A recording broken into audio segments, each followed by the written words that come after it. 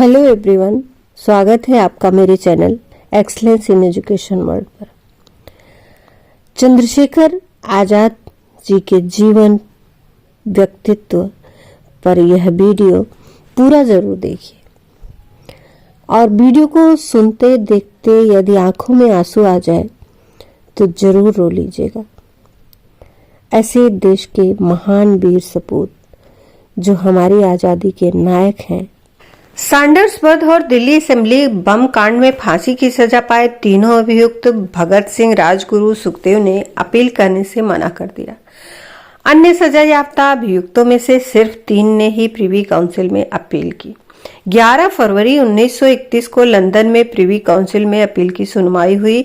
इन देशभक्तों की ओर से advocate print ने बहस की अनुमति मांगी, किंतु उन्हें अनुमति नहीं मिली। बहस सुने बिना अपील खारिज कर दी गई। चंद्रशेखर आजाद ने मृत्यु दंड पाए तीनों क्रांतिकारियों की सजा को कम कराने का भरसक प्रयास किया।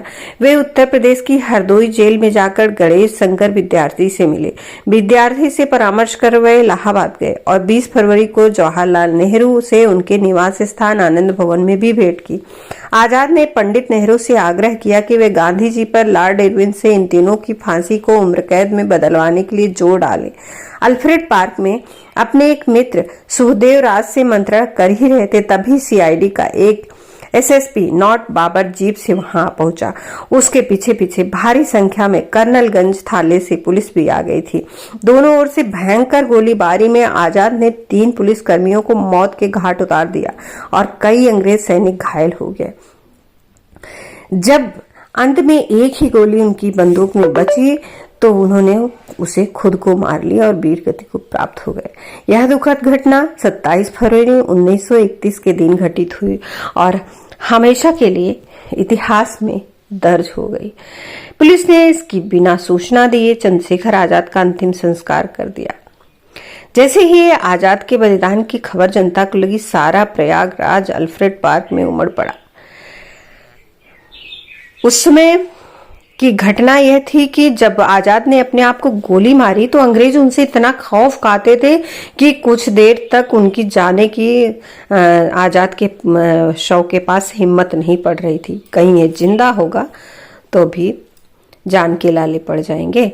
जिस वृक्ष के नीचे आजाद शहीद हुए थे, लोग उस वृक्ष की पूजा करने लगे। वृक्ष के तने के इर्द गिर्द झंडियां बांध दी गईं। लोग उस स्थान को माटी के कपड़ों में, शीशियों में भरकर ले जाने लगे।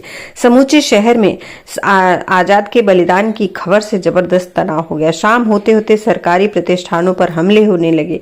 लोग सड़कों पर आ गए। आजाद के बलिदान की खबर जवाहरलाल नेहरू की पत्नी कमला नेहरू को मिली तो उन्होंने तमाम कांग्रेसी नेताओं और देशभक्तों को इसकी सूचना दी। बाद में शाम के वक्त लोगों का हुजूम पुरुषोत्तम दास टंडन के नेतृत्व में प्रयागराज के रसूलाबाद स्मशान घाट पर कमला नेहरू को साथ लेकर पहुंचा। अगले दिन आजाद की अस्थियां चुनकर युवकों का एक जुलूस निकला। इस जुलूस में इतनी ज्यादा भीड़ थी कि प्रयागराज की मुख्य सड़कों पर जाम लग गया था। ऐसा लग रहा था जैसे प्रयागराज की जनता के रूप में सारा हिंदुस्तान इस अपने अमर सपूत को अंतिम विदाई देने के लिए उमड़ पड़ा है। जुलूस के बाद सभा हुई। सभा को सचेंद्र नाथ सन्याल की पत्नी प्रतिभा सन्याल ने संबोधित करते हुए कहा, जैसे बंगाल में खुदीराम बोस के बलिदान के बाद उनकी राख को लोगों ने घर में रखकर सम्मानित किया, वैसे ही आजाद को भी सम्मान मिलेगा। सभा में कमला नेहरू तथा पुरुषोत्तम दास टंडन भी सम्मिलित थे और उन्होंने संबोधित किया। इससे कुछ ही दिन पूर्व 6 फरवरी 1931 को पंडित मोतीलाल नेहरू के देहांत के बाद आजाद भेष बदलकर उनकी शव यात्रा में शामिल भी हुए थे। भारतीय स्वतंत्रता संग्राम के अमर सेनानी वे शहीद राम प्रसाद बिस्मिल व शहीद भगत सिंह जैसे अनेक क्रांतिकारियों के अन्यतम साथियों में से थे। पंडित चंद्रशेखर आजाद पूरा नाम था इनका जन्म 23 जुलाई 1906 को हुआ था और इनकी देहावसान 27 फरवरी 1931 को हुआ। इनका उपनाम आजाद था। इन्होंने खुद ही अपना नाम आजाद रखा था और इन्हें पंडित जी भी कहा करते थे लोग। भावरा गांव के रहने वाले थे। वर्तमान में इस गांव का नाम अलीराजपुर है। मृत्यु स्थल इनका चंद्रशेखर आजाद पार्क, प्रयागराज, उत्तर प्रदेश है। इन्होंने भारतीय स्वतंत्रता संग्राम के आंदोलन में बढ़ चढ़कर भाग लिया। इनके प्रमुख संगठन थे हिंदुस्तान सोशलिस्ट रिपब्लिक एसोसिएशन के ये प्रमुख नेता थे 1928 में। सन 1922 में गांधी जी द्वारा असहयोग आंदोलन को अचानक बंद कर देने के कारण चंद्रशेखर आजाद की विचारधारा में बदलाव आया, क्योंकि वे गरम दल के नेता थे और वे क्रांतिकारी गतिविधियों से जुड़कर हिंदुस्तान रिपब्लिक एसोसिएशन के सक्रिय सदस्य बन गए। इस संस्था के माध्यम से रामप्रसाद बिस्मिल के नेतृत्व में पहले 9 अगस्त 1925 को काकोरी कांड किया और फरार हो गए। इसके पश्चात सन 1927 में बिस्मिल के साथ 4 प्रमुख साथियों के बलिदान के बाद उन्होंने उत्तर भारत की सभी क्रांतिकारी पार्टियों को मिलाकर एक करते हुए हिंदुस्तान सोशलिस्ट रिपब्लिकन एसोसिएशन का गठन किया तथा भगत सिंह के साथ लाहौर में लाला लाजपत राय की मौत का बदला सैंडर्स की हत्या करके लिया एवं दिल्ली पहुंचकर असेंबली बम कांड को अंजाम दिया। ऐसा भी कहा जाता है कि आजाद को पहचानने के लिए ब्रिटिश हुकूमत ने 700 लोग नौकरी पर रखे हुए थे। भय खाती थी ब्रिटिश हुकूमत चंद्रशेखर आजाद से। आजाद के संगठन हिंदुस्तान सोशलिस्ट रिपब्लिकन आर्मी के central committee member Virbhadra Tiwari अंग्रेजों के मुखबिर बन गए थे और आजाद की मुखबरी की थी। संगठन के क्रांतिकारी रमेश चंद्र गुप्ता ने उरई जाकर तिवारी पर गोली चलाई थी, ऐसा कहा जाता है, लेकिन गोली मिस होने पर वीरभद्र तिवारी जी बच गए थे और गुप्ता की गिरफ्तारी हुई थी। फिर 10 साल की सजा भी हुई थी। ये सब बातें इतिहास में कहीं उल्लिखित हैं। चंद्रशेखर आजाद का जन्म भावरा गांव, अब चंद्रशेखर आजाद नगर है इस गांव का नाम, वर्तमान में अलीराजपुर जिला में एक ब्राह्मण परिवार में 23 जुलाई सन 1906 को हुआ था। उनके पूर्वज ग्राम बदरका, वर्तमान उन्नाव जिला बैसवारा से थे। आजाद के पिता पंडित सीताराम तिवारी अकाल के समय अपने पैतृक निवास बदरका को छोड़कर पहले कुछ दिनों मध्य प्रदेश अलीराजपुर रियासत में नौकरी करते रहे, फिर जाकर भावरा गांव में बस गए। यही बालक चंद्रशेखर का बचपन बीता। उनकी मां जगरानी देवी। आजाद का प्रारंभिक जीवन आदिवासी बाहुल्य क्षेत्र में स्थित भावरा गांव में बीता। वे बचपन में आजाद ने भील बालकों के साथ खूब धनुष बाण चलाया और पारंगत हो गए निशानेबाजी में। इस प्रकार उन्होंने निशानेबाजी में बचपन से सीख लिया और एक्सपर्ट हो गए। बालक चंद्रशेखर आजाद का मन अब देश को आजाद करने के लिए अहिंसात्मक उपायों से हटकर सशस्त्र क्रांति की ओर मुड़ गया। वे गरम दल के पक्ष में थे। उस समय बनारस क्रांतिकारियों का गढ़ हुआ करता था। वह मनमथनाथ गुप्त और प्रवेश चटर्जी के संपर्क में आए और क्रांतिकारी दल के सदस्य बन गए। क्रांतिकारियों का वह दल हिंदुस्तान प्रजातंत्र संघ के नाम से जाना जाता था। 1919 में हुए अमृतसर के जलियांवाला बाग नरसंहार ने देश के नवयुवकों को उद्वेलित कर दिया था। चंद्रशेखर उस समय पढ़ाई कर रहे थे जब गांधी जी ने सन 1920 में असहयोग आंदोलन का फरमान जारी किया तो वह आग ज्वालामुखी बन फट पड़ी। तमाम अन्य छात्रों की भांति चंद्रशेखर आजाद भी सड़कों पर उतर आए। अपने विद्यालय के छात्रों के जत्थे के साथ इस आंदोलन में भाग लेने पर वे पहली बार गिरफ्तार हुए। उन्हें 15 बेतों की सजा मिली। इस घटना का उल्लेख जवाहरलाल नेहरू ने कायदा तोड़ने वाले एक छोटे से लड़के की कहानी के रूप में किया है।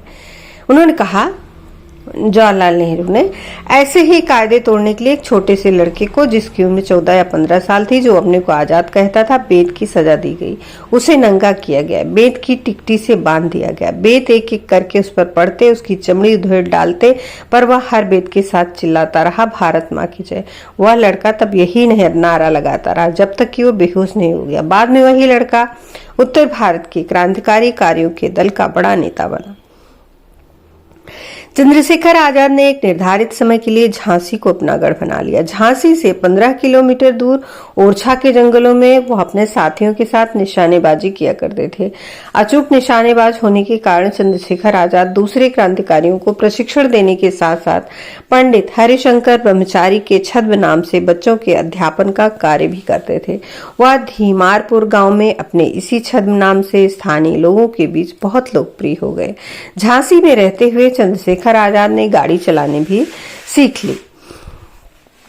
असहयोग आंदोलन के दौरान जब फरवरी 1922 में चौरा चौरी की घटना के पश्चात बिना किसी से पूछे गांधी जी ने आंदोलन वापस ले लिया तो देश के तमाम नवयुवकों की तरह आजाद का भी कांग्रेस से मोह भंग हो गया और पंडित राम प्रसाद बिस्मिल, सचिंद्रनाथ सान्याल, योगेश चंद्र चटर्जी ने 1924 में उत्तर भारत के क्रांतिकारियों को लेकर एक दल हिंदुस्तानी प्रजातांत्रिक संघ का गठन किया। चंद्रशेखर आजाद भी इस दल में शामिल हो गए।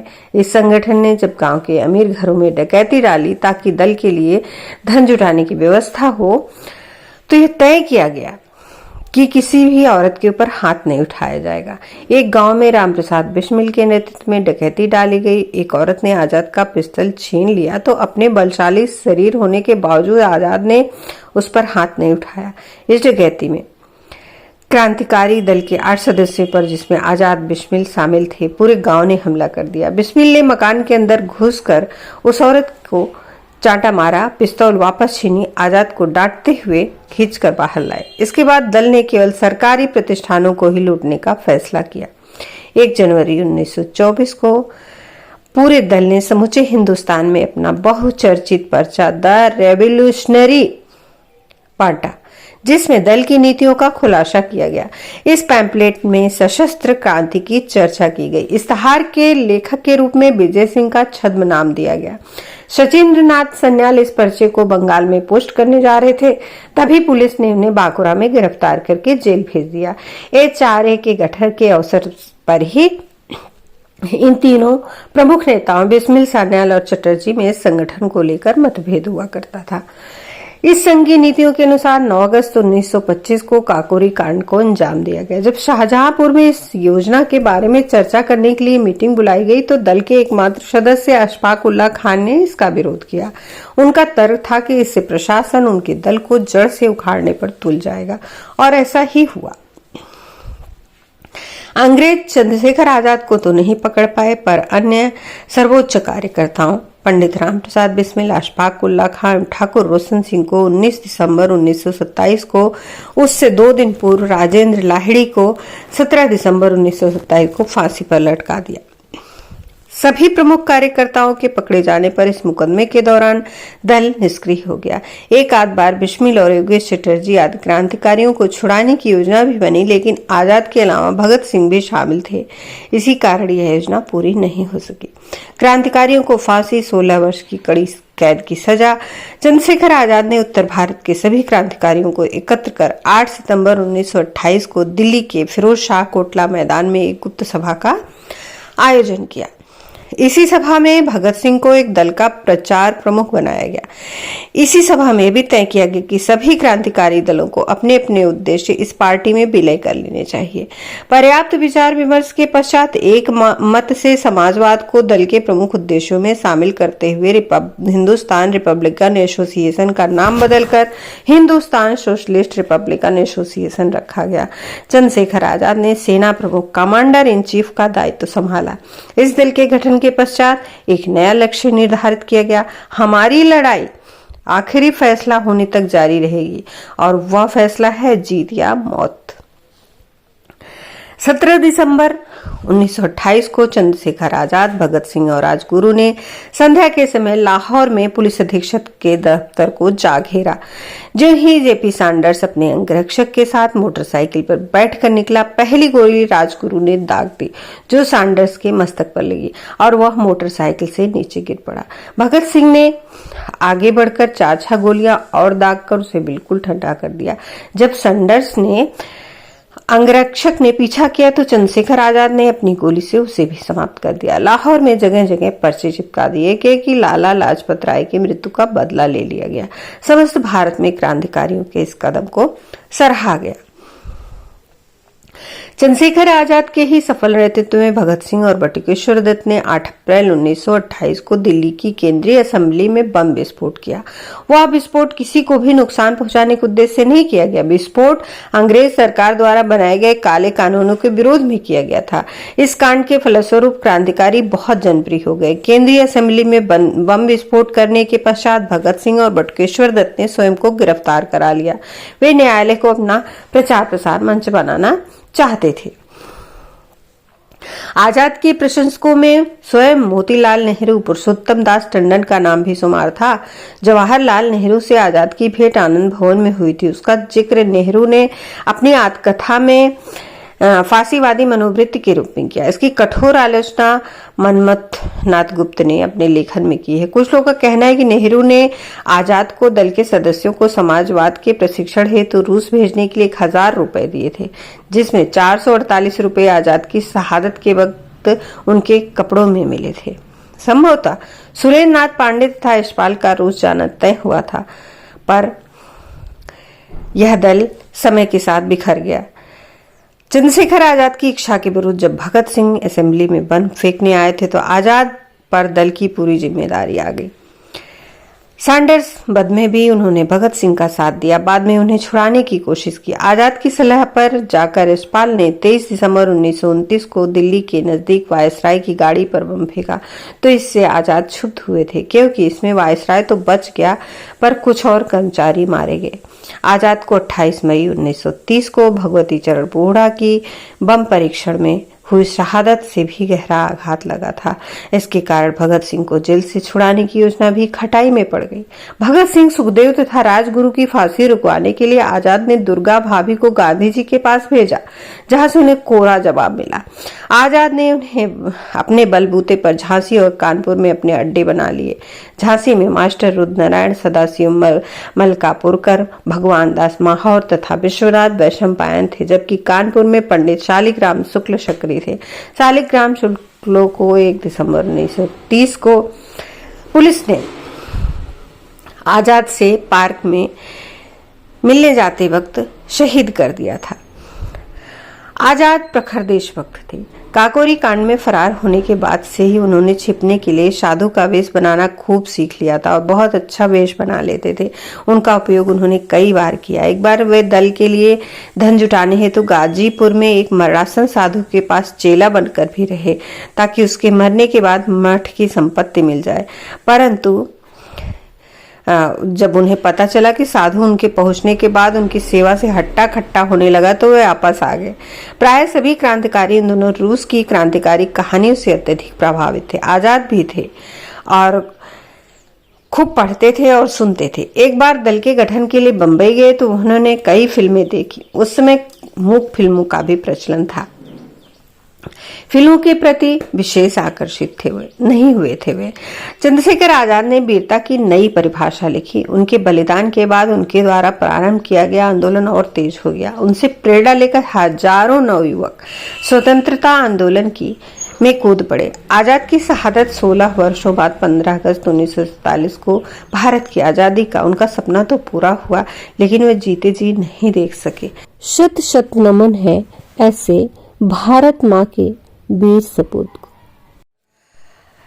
अगर आपने एक्सीलेंस इन एजुकेशन को सब्सक्राइब नहीं किया है तो प्लीज सब्सक्राइब कर लें और साथ ही बेल आइकन प्रेस कर दें, जिससे आने वाले वीडियो की नोटिफिकेशन मिलती रहे। और वीडियो को अंत तक जरूर देखें और अपने बहुमूल्य सुझाव कमेंट बॉक्स में भी दें। बेल को ऑल पर जरूर करें। वीडियो को लाइक करें, ज़्यादा से ज़्यादा शेयर करें और अपने बहुमूल्य सुझाव कमेंट बॉक्स में अवश्य दें। धन्यवाद। नमस्कार।